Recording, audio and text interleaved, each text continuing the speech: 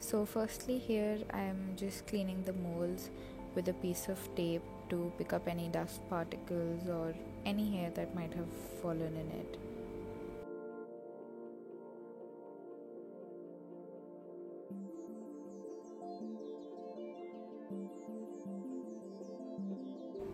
Now I will be adding part A of my 2-part resin mix. I will add the link in the description down below which company's resin I use.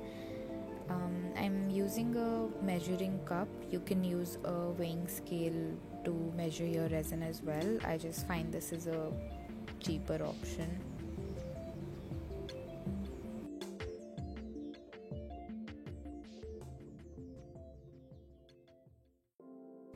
Now I'll be adding part B of the resin.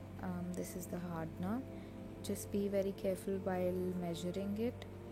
Little ups and downs are fine, but just be very careful, otherwise your resin won't cure properly. I'm just going to mix the 2 parts completely well now, and I'm just using a chopstick because that's what I had. Otherwise, when I mix it in paper cups, I use ice cream sticks, but they weren't long enough for this measuring cup, so yeah. Just make sure to scrape the sides really well, otherwise the resin won't cure.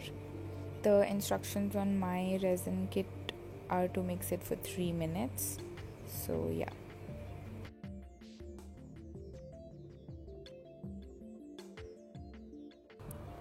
It's mixed really well now. As you can see, it's crystal clear.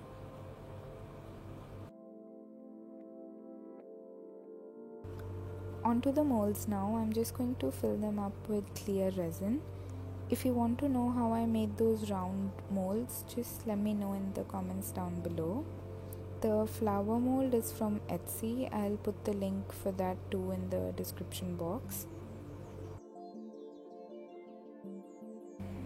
I also forgot to mention that I'm not wearing gloves in this part because I had to put the flowers in the resin. It was just easier that way to pick them up.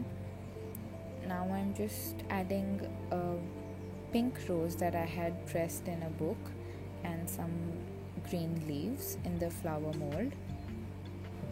I'm just going to use the chopstick to position the flower and the leaves where I like.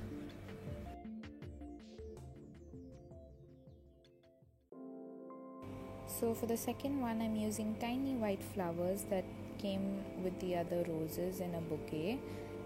For all these flowers that I'm using, I did press them in a book for about a week or two.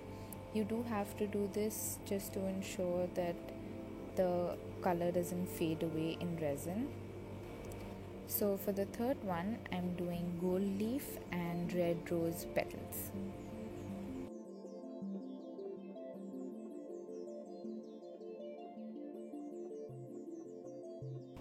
So I did have some extra clear resin. I filled it too much, so I'm just scooping it out with an ice cream stick.